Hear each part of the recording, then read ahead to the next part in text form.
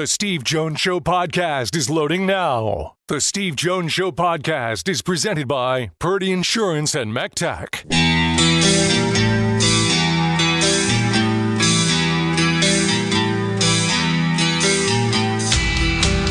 Bringing you an in-depth look at Penn State sports and more. This is the Steve Jones Show on News Radio 1070 WKOK.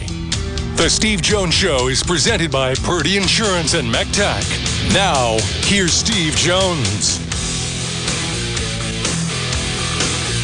This half hour being brought to you by our great friends at McTack Incorporated and Diversified Construction. McTack Incorporated is a professional engineering and land surveying company who's been providing civil engineering and survey services since 1971. Diversified Construction offers a variety of construction services, varying from accessible home modifications to commercial and light industrial construction. Together, McTack and Diversified are proud to be the consumer choice in the Susquehanna Valley and beyond. The outstanding Bob Nightengale from USA Today joins us. Bob, welcome. It was an interesting trade deadline. It's great to hear you again. Yeah, my pleasure. Thank you, Steve. Okay, so let's start with the Phillies, because the Phillies make a move that also brings with it dominoes by getting Arias. But the dominoes also mean that you've got to move Stott, you've got to move Bone, you've got to move Harper. How did you view that deal? I should love the deal, Steve. I know, there's going to be guys, shuffling around, and obviously it took Harper to move the outfield and make it work, which he agreed upon the night before the trade. I love Luis Arias. I think he's he's Tony Gwynn, he's Rod Carew, and he's everything the Phillies don't have. I remember talking to Harper a couple of weeks ago in Philadelphia. He says, we need someone that, unlike us. All we do is slug. If we don't slug, we're in trouble. All this guy does is put the ball in play and never strikes out. And, Stott will be very good at third base. Great defensive player. Bowman, I don't think will be any worse at first than he was at third. And obviously Harper came up and then played up until a year ago in right field, and Arias has become much, much better at second base. No, I agree with you. I think it's a great deal for them, because I think you have to have parts that are different than what you have. They are not very good at manufacturing runs. This guy moves the line, and I think defensively they've got enough parts to move to do it. I just thought that was the interesting part of it. Yeah, after Arias, originally wanted a right-handed hitting outfielder, and he got left-handed hitting infielder. But this guy hits 316 against lefties. He's only struck out 21 times. I think he's perfect for Philadelphia. Really do. All right, so then the Pirates went out and they got more bullpen pitching, including Luke Weaver. The only thing they didn't really do, in my opinion, I think they have 3 DHs playing in the outfield, and I think their outfield defense does not help them. I'd have thrown in to get a 7th, 8th, a 4th outfield is a 7th, 8th, 9th inning guy defensively. That's just me. How did you view the Pirates' moves and what they did with the bullpen? Well, yeah, I love what they did in the bullpen. Weaver's fantastic. So to have Weaver in there, and then Kirby Yates has been there, done that. He's fine. The other kid, he's solid from Miami. So I like the moves. If you want to get greedy, get a defensive outfielder. But they needed bullpen so bad. And I like the fact they're going for it. They're not just giving up. They're saying, you know what, we can do this thing. Okay, let's get to who didn't do a lot. The Yankees did do a little bit, but not a lot. In fact, you feel like the most jolting thing they did was send Volpe down to Scranton Wilkes-Barre and bring Lombard up. But how are you reading Brian Cashman right now based on what he said about Aaron Judge and maybe not the relative lack of activity? What it tells me is I don't think Judge is coming back. Hey, let's not all go all in here, do something crazy. If Judge isn't back, we're just spinning our wheels anyway. They've been pessimistic, Steve, and they don't say it publicly. But when you talk to them privately, very pessimistic whether he can come back.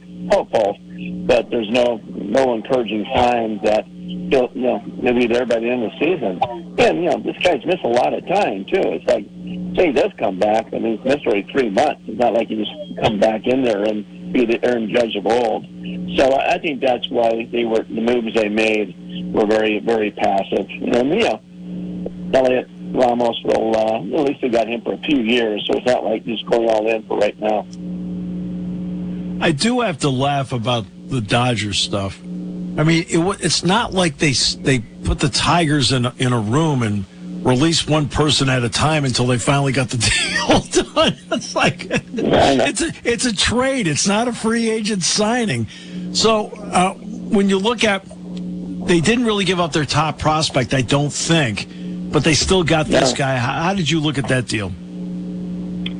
I thought it was light in the sense where, well, first of all, I was stunned at what happened on Saturday night, 48 hours before the deadline. It's like, really? You don't want to, keep trying to get more from them or see if Milwaukee will raise their offer or Tampa raises their offer or Atlanta. And the fact that they just jumped on that thing was like, wow.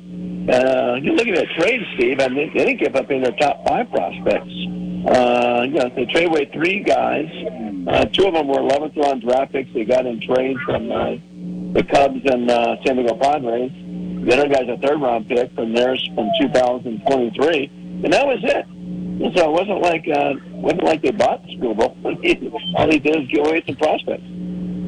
How did you view Milwaukee? I mean, Milwaukee did a couple of things, but I mean, how did you view the Brewers and relatively staying pat? Yeah, I viewed them as far as, okay, they love to win the division, love to be back in the playoffs, which they will, but they weren't going to go all in to win. That simple. I just don't think they had the guts to trade away the top prospects just for a rental, which I can understand. I mean, it wasn't like he was going to come back there as a free agent. He was going to the Dodgers anyway. So I just think they said, you know what? And they do have some other holes, and they don't have a lot of power. It's not like Scuba's going to guarantee them to get to the World Series, but getting Scuba is at least going to give them a chance to knock off the Dodgers. And I think that's why the Dodgers are so aggressive. It's like they say, you know what? Last thing we want to see is Milwaukee and Scuba paired up with Mizrachi. All right. The Red Sox made the Rutschman deal, but they also ended up getting a left-handed reliever for Marcelo Meyer. Rutschman's been on the IL a couple of times. We know he has great potential. He's been so close to fulfilling it. How did you view the in-division trade between the Orioles and the Red Sox? I liked it a lot for Boston, just being aggressive. He's been so into analytics and sabermetrics, talking about Craig Breslow, and I was stunned that, you know what, let's go all in here. Let's give up the top prospects. I want to Theo Epstein was behind the scenes pushing him to do that. And particularly for a guy who's, he's only hit, 3 home runs, I think, since May, hitting .219. But he is a 3-time All-Star, a great leader, and you got him next year, too. The Meyer thing, I was surprised, just like, man, I didn't realize they were down on him. I mean, pretty much just gave him away. It's like he was just your number 1 draft pick a couple of years ago. It's almost like, hey, we don't want you around anymore. Remember now, last winter, the rumor was they could have had Quetzal Marte from the Diamondbacks for Meyer and Early. And of course, they traded to Washington Nationals for Meade. Yeah, and Meyer was, I think, the 4th overall pick in his draft year, as a matter of fact. But yeah, they went for it with this deal. There's not in Boston, as you know, there's not a lot of confidence in the medical staff right now. right. They don't exactly swagger over to the training room and go, "Hey, here we go. I'll be fine in a week." So we'll see how it plays out with Rutschman. Was there anything that surprised you at all, where you sat back and go, "Oh, didn't really expect that one"? I was surprised by the Cleveland Guardians. They were very aggressive. To me, now they're gonna win that division. By getting some offensive help there and get the starter from Toronto, from Washington. So I like the moves they made a lot. Like we said, we talked about the Pirates. I love that they were aggressive. Surprised the Yankees did it more. Surprised the Arizona didn't do anything. And shouldn't be surprised, but the fact that San Diego Padres got two marquee starters, frontline starters, without having to give up anybody from that bullpen. We kept hearing about the Padres don't have any prospects. Well, they must have some because they just pulled up two big deals. And the Cubs were aggressive. The Cubs haven't been that aggressive in the past. So it's almost like they're saying, okay, we know the Dodgers are the team to beat. It's possible. So, I like what the Cubs and Padres have done as well. So you brought up the Padres a couple of times, and Casey Mize happened to be one of the guys they got from Detroit and so forth. But Wade Miller was not moved. And a lot of people had anticipated, oh, yeah, here's a chip. Everybody needs this guy. In the end, what is Preller thinking? Because he did not move Miller, and he made moves to bring guys in. Yeah, and even bring Miller home. About 2 weeks ago, they thought, okay, they're going to keep Miller, but they're going to trade Adrian Marjon. He's a setup guy. They can let him go. And they say, you know what? If we're going to get where we want to go, we need every piece of that bullpen. So it's just telling me that they're going to go for it. They got permission from ownership to spend an extra $6 million. And we'll see this winter. Just depends where they are. Say they don't make the playoffs this year, if they think they need to retool a little bit, they should trade Mason Miller. There's been a couple stretches this summer where he's got 5-6 days without pitching, just wasting his talent. When you're not a contender, and that's why the A's wisely moved him a year ago for that reason. So we'll see how they end up. If they make the playoffs, it's a new ownership. They draw more than 3 million fans a year. It's tough to trade a Mason Miller, but it would make all the sense in the world. If he was available, I think the Pirates would be all in and get him. Bringing back the local kid back to Pittsburgh. All right, so now we get to the Mets. And they have a relatively high payroll, I think higher than all of Gannett combined. Probably. All right. So when you look at the Mets, was this a running up of the white flag?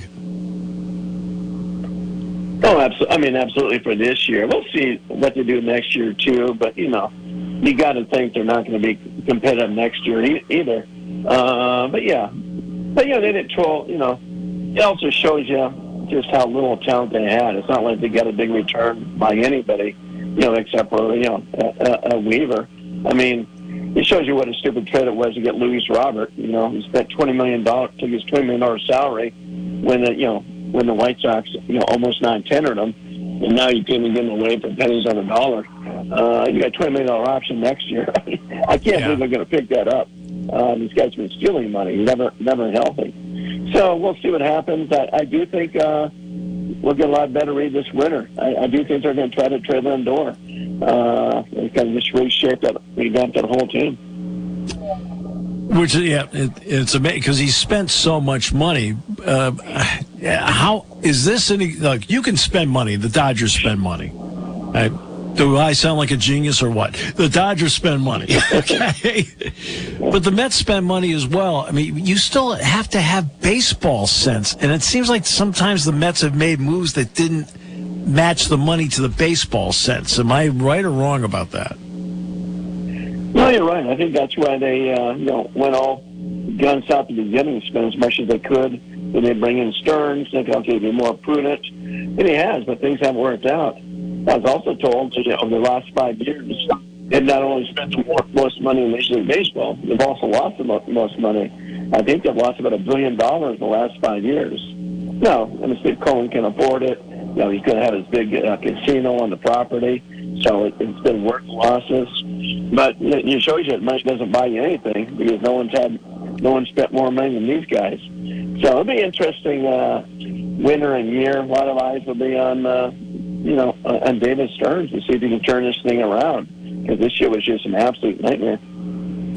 All right, the Phillies are obviously getting back to them. They make the move. They change the dynamics of the team. At least get a part that they didn't have before. But they're still chasing the Braves in the division. Getting to the wild card's really good, right? Because you can win the whole thing by being in the wild card. Did the Phillies close any gap on the Braves, and did the Braves do anything of significance to keep the gap where it is? No, the Atlanta had a very soft deadline. Very disappointing. They didn't really do anything. It would not surprise me at all to see the Phillies catch Atlanta. I mean, they're both being in the playoffs anyway. But I think Phillies can catch. I said, I know what the Phillies did. I know they wanted another starter. They tried to get Robbie Ray.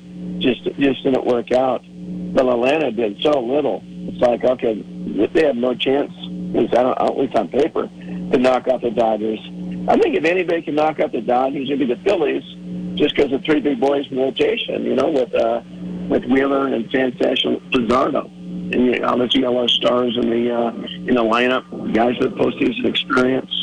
So I think if anybody can knock off the Dodgers, it'd be the Phillies. But sometimes you can get better just by getting guys back. They got Acuna back. I mean, in some ways, was that their offensive deal to get him back? Yeah, but they were counting that anyway. But they needed their starting pitcher. The guy they really wanted was Jacob deGrom.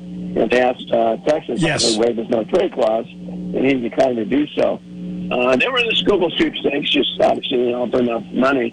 But I thought they'd come up with another frontline guy. Whether it's a Clay Holmes, Robbie Ray, even a Gosman type thing. But they didn't. So I'm not sure how far they're going to go. They're kind of gearing up more for the future. Were you surprised DeGrom invoked that and did not want to be moved?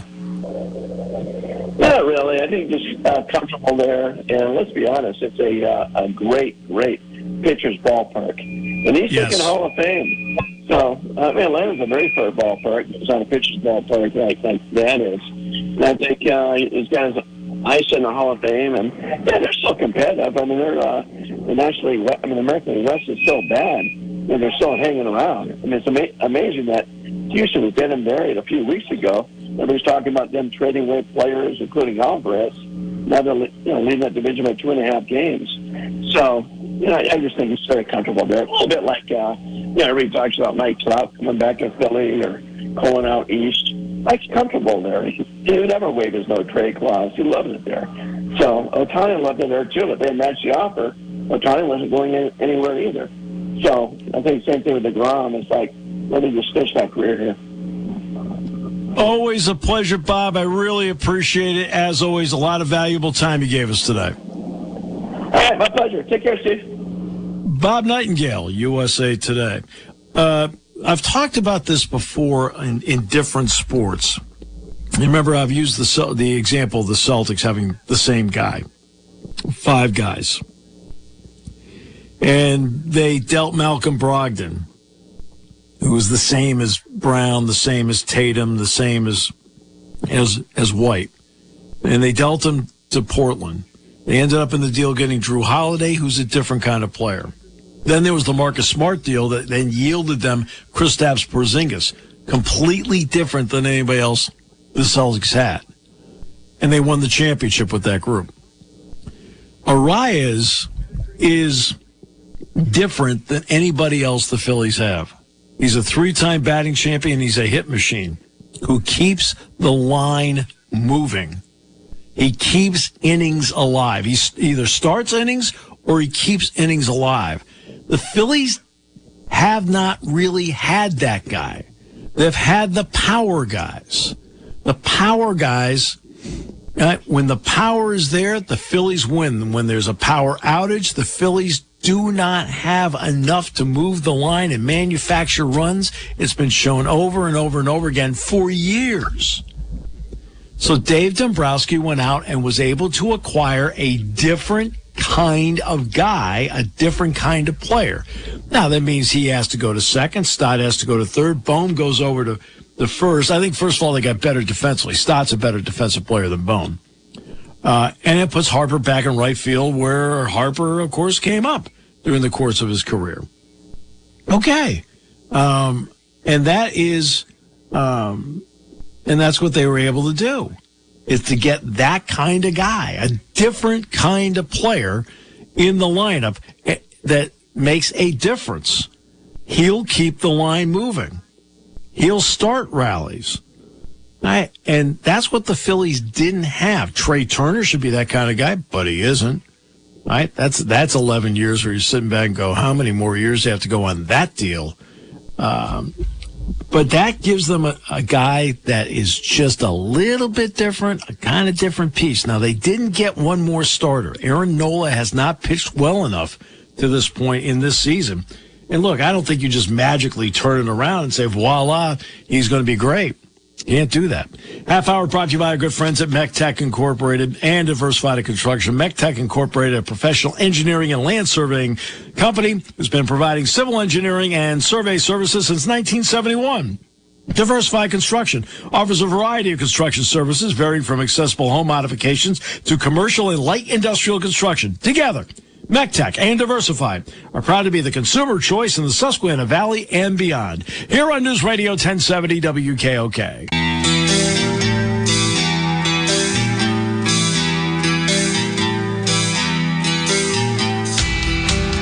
Bringing you an in-depth look at Penn State sports and more. This is the Steve Jones Show on News Radio 1070 WKOK. The Steve Jones Show is presented by Purdy Insurance and MechTech. Now, here's Steve Jones. Half hour being brought to you by our good friends at Purdy Insurance. Market Street in Sunbury, go to purdyinsurance.com. Purdy Insurance gets it done for you.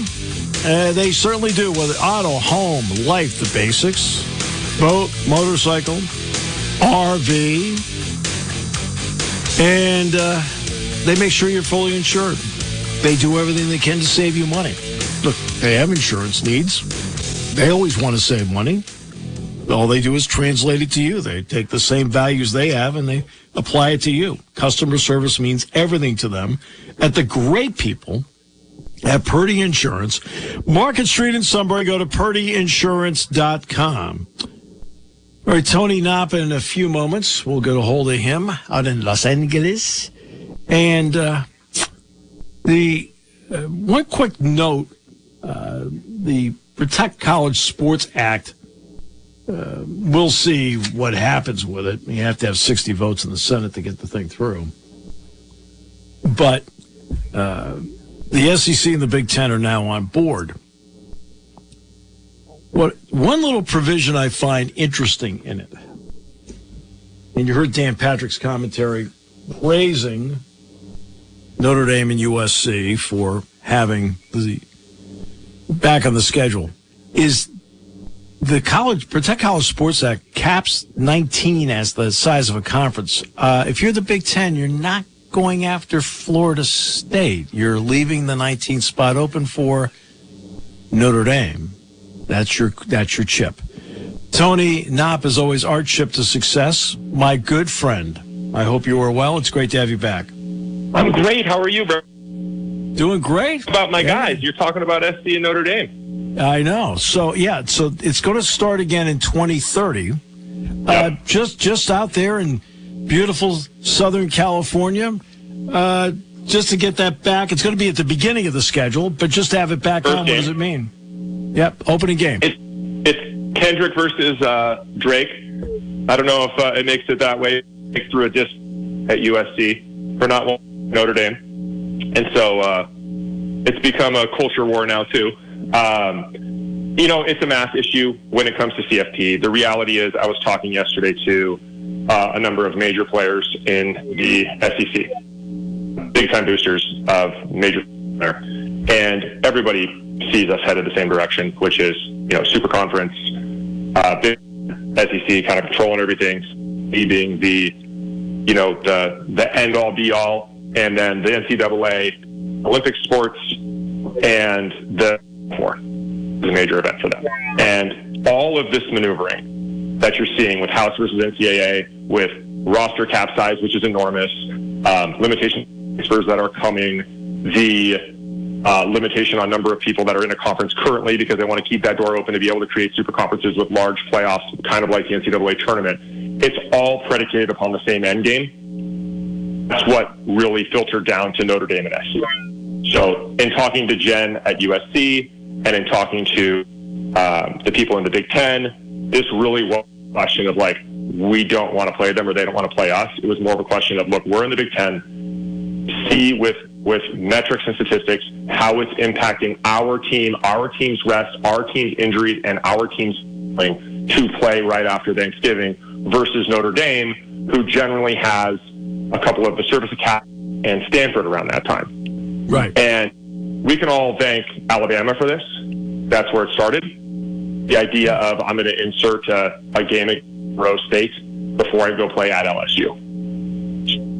Long story short, this is all part of a bigger movement that I really wish, like what I love about your show, about it this morning while I was watching Get Up, we need more smart shows that explain to the fans what's actually happening.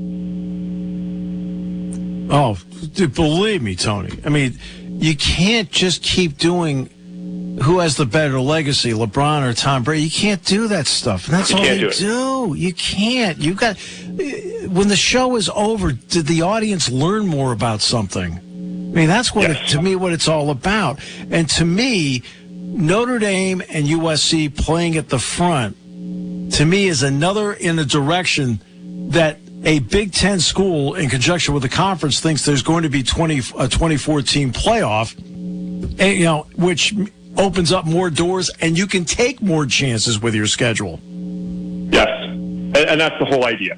If you're going to have a bigger schedule, if you're going to go to a position where you're like the NFL, where you can lose 2 to 4 games, you're going to have an opportunity at the end of the season to still have a chance to win a championship. It changes the way we do everything. Now, what pretty much everybody forgets, except for the old guys like you and I, is you backload your schedule, because that's when the decision, that was essentially the playoff, right? You would have matchups at the end of the season where number 1 Michigan State would play number 2 Notre Dame. We all remember the great tie. Or you would have, USC Notre Dame would be with huge national interest, because this was actually the playoff, because you still didn't know if BYU was going to begin in the Holiday Bowl or whatever was going to happen. Those things are gone. We're converting them to a format which is allowing the programs, not just business, but when they're ready to compete, to say, okay, I don't have to do this with my schedule anymore, right? It's become a situation of gamifying schedules. It's an unspoken secret. I'm sure Kurt Signetti will bring that he's throwing all the shade at the SEC, that the SEC was schedule manipulating for years in the middle of the 2010s there. Oh, yes. And I talked about that repeatedly on my show. I said, look, let's give them credit. They are clever with how they do it, because they would make sure they had a marquee game every week where you just thought, wow, the SEC's got big games all the time. They're playing. And it turned out the rest of them weren't playing anybody. No. And it held up. Metrics they were using was wins and losses as opposed to strength of schedule. Yes. So they would, look at Vanderbilt. They're 8-4. But Vanderbilt beat the School for the Blind and Deaf twice at Underwater Basket Weaving Academy, between having to play Alabama and LSU. So now you look at that and you go, okay, you have a 5-1 Vanderbilt team going to LSU. This makes it look great for LSU. Whereas, Penn State has to go to Iowa. And then they don't get a break. They go from Iowa to Nebraska or to Michigan State or to, right? It's just one murderer's row after another. And the fact is, now that the playing leveling, right? I mean, it's an open. The SEC was crazy in the 2010s. They were spending money when nobody else was. But now, the other programs are opening up their checkbooks, and that's leveling that playing field. And so now we're starting to see it. Now the game, we're understanding how the games are getting moved away from the craftiness. Let's have an actual tournament. And I honestly believe that this short series, 2030 to 2034 series, is really the only time we're going to see USC Notre Dame at the beginning of the program, at the beginning of the schedule. By 2035, we'll mega conference, and SC and Notre Dame are going to play at the end of the game. Yeah. Look, you mentioned something interesting. Hey, people have talked about Kentucky basketball spending $22 million on its roster. The bottom line is they're a tournament team, but not a deep run tournament team, because guess what? They lost their advantage, and we know what that advantage was. I think it has 3 letters, and it's C, A, and A at some point. But yeah. I mean, look, and that's what's happened. And like, look, I think we talked about this on your program a couple of years ago. I went to dinner with a couple of SEC 80s and some of the larger boosters at SC. I don't know how I ended up at this table, but there were, mega players at this table, and we were talking about USC. And I just asked directly. I said, "Why does USC suck? And why is Lincoln Riley okay with this? Right? I feel like he could go somewhere else." And they said, "Oh, you didn't know? We're just waiting for Carol Folt, the president, to retire, which she does next April. And then we're going to open up the checkbooks and we're going to start writing NIL money. We just don't like her politics." And that's another conversation. Watch what happens with the recruiting classes in 2026 and 2027. Yeah. See who has the number one recruiting class in 2026.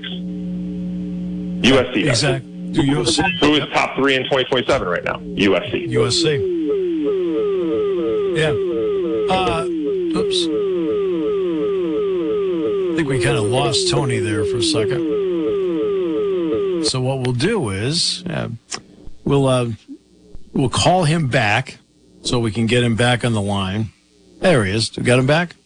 No, we'll call him back, get him back on the line because I want to get into the World Cup part of it. Because what lessons did we learn from the World Cup?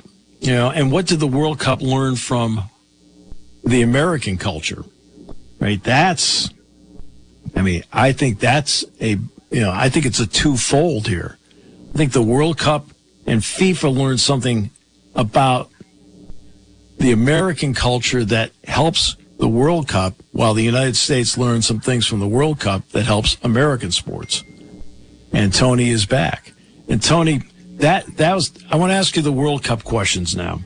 I heard it. I agree completely. I'm going to put my American exceptionalism right out there for everyone to see. We're just better at this. And we're better at this because we have a much more mature sports marketplace than the rest of the world does. It doesn't mean we're better at sports than they are. But we have been in this game for a lot longer, been capitalized for a lot longer, and FIFA saw that. And that's why they do this $20 billion side project that got shot down immediately, because they looked at, oh, wait a minute, we're not optimizing what we're doing here. We need to do more of the way. Well, and see, I think that, I'll give you one where they haven't quite learned it. And I'm a little concerned, for example, the college football playoff is linked to this. Philadelphia was the one city that stood up and said, hey, I don't care. You're going to play here. We're going to allow tailgating. Mm-hmm. They want, of course, corporate tailgating. And the college football playoff only has corporate tailgating along the way. Yeah. I think there has to be a realization as to what makes the American culture. And believe me, you don't think in Germany and England they wouldn't mind going out in the parking lot and having a good time and doing something like that instead of a corporate event? Germany's tailgating is off the charts. Borussia Dortmund has, by way, the best game day experience of any event there is. Yep. There's an element of they only charge $1 a ticket for that, but the that is around that game is like nothing you've ever. I think the issue is it's a the tailgating in the Midwest is. I speak from personal experience, and then I can talk about the business side of it. I went to we are a pretty good football program, known nationally. We have tailgating and the like. When I went to Michigan State, which isn't even in the top 5 in the Big Ten as far as tailgating goes, my doors were blown off. The whole city shut down for that. Then I went to Happy Valley, then Ann Arbor, these schools, and the way they did it. It's just different, right? They have it in the Big Ten and the SEC like they don't on the coast. I know from conversations with FIFA, who we work with, and the CFP, who we also work with, that there is this belief in the Super Bowl model. And the concern about the Super Bowl model is you have to have an expanding security line, a security perimeter for each as they get bigger and bigger. Yeah. That hasn't yet made it to college football Saturdays in the Big Ten. But if you go to World Cup, for example, the reason everybody was so focused on Dallas or New York was they had the ability to create a wide enough perimeter. Yeah. One of the things that didn't make the news was that they shut down all arriving flights to LaGuardia, Newark, Teterboro, and JFK. Trump decided to right now. have to be in a locale with a security perimeter that enables you to do that. Now they're saying, okay, if we're going to push the tailgate outside this gigantic perimeter, then what are we going to do about tailgating? And they go and they offer, and it becomes commodity. So there's providers out there like Tailgate Guys, Corporate Tailgate. You know, the Rose Bowl's been doing this for a number of years. I agree with you. I feel like the fan engagement of tailgating, going to a game and enjoying it is fantastic. See that as being part of the future. I just don't. And little known fact for the listeners out there, we don't have tailgating at Dodger Stadium and never have. That's right. That's right. Now let me tell you what I think is a real positive that we learned from the World Cup that needs to be applied to American sports. But the question is whether TV will allow it. When they say that kickoff is set for 12:30 Pacific time, 3:30 Eastern time, it kicks off at 3:30, boom, 12:30 Pacific, boom. They don't, because remember, Penn State played Oregon last year, 7:30 the kickoff, 7:30 the kickoff, and it kicked off at 7:52. And I think to the credit of FIFA and the World Cup, as much at times where you don't feel like they respect the fan base, that is respecting the fan base. It is soccer culture. The other thing about soccer is they don't get up during the game. So if you go to most of the venues in Europe, serve beer, wine, liquor, food. When the ball's rolling, concessions are closed. Mark Davis tried that with Allegiant Stadium. What people may not know is that at Allegiant Stadium, they don't want stuff during the game, which is very non-American. The problem with that is the money. So where FIFA is working backwards is FIFA uncovered, hey, if we create a quarter system, a hydration break, we can sell advertisements during those hydrations. And those advertisements ended up paying for the entire contract for Fox. So Fox bid for the World Cup and made all of their money back just on the sponsorship of the hydration breaks, amidst everything else. What's happening is you have networks who are trying to hit shareholder value, they're trying to hit their earnings numbers, and they look at it and they say, well, the kick is 7:30, but if I sell the 7:30 spot, if I have a Home Depot inflation show that goes 4 minutes over, I can charge Home Depot for $12 million. That's prime real estate, right? That's when everybody's tuning in, and I hate it, but that's why they do it. That's why they do it. Oh, I know why they do it. Right? And again, it doesn't bother me that Jack Ham and I have to fill an extra 22 minutes. That doesn't bother me. I'm just thinking about the fans, right? Yeah. We found out, we learned lessons from the pandemic, Tony. One of the lessons is that everything's shut down, but you can still watch sports. And the NFL ratings went down 7%. And then suddenly when fans were let back in, a.k.a. ambiance, all the ratings went back up again.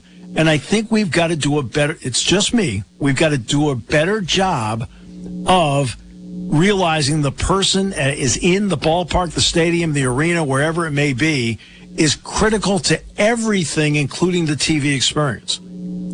I agree more than I could fill 3 hours on this. We've come to a point where we talk about this a lot in our work, where the trade-off of technology to be convenience, right? If I bring something, it has to make it better or faster for you. Now, the problem is, because of security needs, because of all the different hospitality levels that we have, because it's created, in some of the newer buildings, a circumstance where the fan experience is worse. And the funny thing is the ticketers are blamed for this a lot, and it's not them. If you look at Ticketmaster, SeatGeek, Tickets.com, scan time is like 8 seconds. It's nothing. The problem is, I'm not sure they're thinking about impacts the fan experience. Our local is SoFi. SoFi Stadium is the worst stadium to get in and out of. You've been there. You came out here for the bowl game. Yep. We didn't need another fountain. We needed another parking rush. Yes. We don't need to spend 2 hours getting in. It doesn't make any sense. And that it speaks exactly to your point of earlier is, as you're monetizing tailgating, you're making the fan experience worse. Because now I have to park further away. I have to go through security further away, unless I want to pay $1,000 to go to a tailgate that I don't even really want to go to. I'd rather hang out with my friends. I'd rather go to the digital den with Dave, right? I don't want to go to the down tailgate. It's interesting how this all comes together because it goes back and forth. Like if in the book, The Club, which is the story of the English Premier League, yep. What really launched the English Premier League was when a number of owners came over to Miami Dolphins and they said, what's this cheerleader thing? That's amazing. What's this season ticket idea? What's the idea of showing the games even when it's not sold out? So they ripped off a lot of the best things about American sports and they took it back over there, except for they created a relegation system, which now we're looking at and saying, okay, well, we're broken here. So you're right that we're back and forth with the world on like what's the best experience here.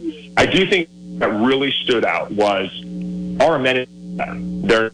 It's easier to get around, and it's pretty. There's a wow factor that the rest of the world saw. I think the biggest difference we're going to see is when we compare Paris 2024 to LA 2028. Yes, they're going to seem like a completely different event. Yep. Because of the way the infrastructure is set up, because of the venues that are there, because of how it's built and what it's doing.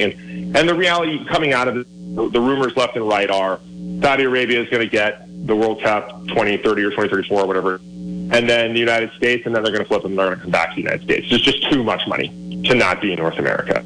And I don't necessarily disagree. It's the same argument you and I had for the Super Bowl should be in Las Vegas. Yeah. As much as the other cities, it's great for it. It's just built for Las Vegas. The experience is just, and you know when you have that singular location, refine it. Like game day at Happy Valley is like nothing else, right? Yeah. You guys have to refine that people know how to make this work and how to get 1,000 people into a game. Yeah. By the way, make sure you tell Dave I said hi, all right? Because you mentioned Dave's name. See him on Sunday. Good. You tell Dave I said hi, all right? He's the best. All right.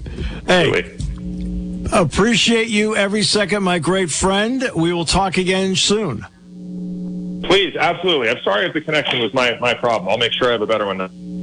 Hey, by the way, are you coming here for the USC game? I really want to. The plan is to do it. So we're breaking bread. All right. Good. I know some places. I like it.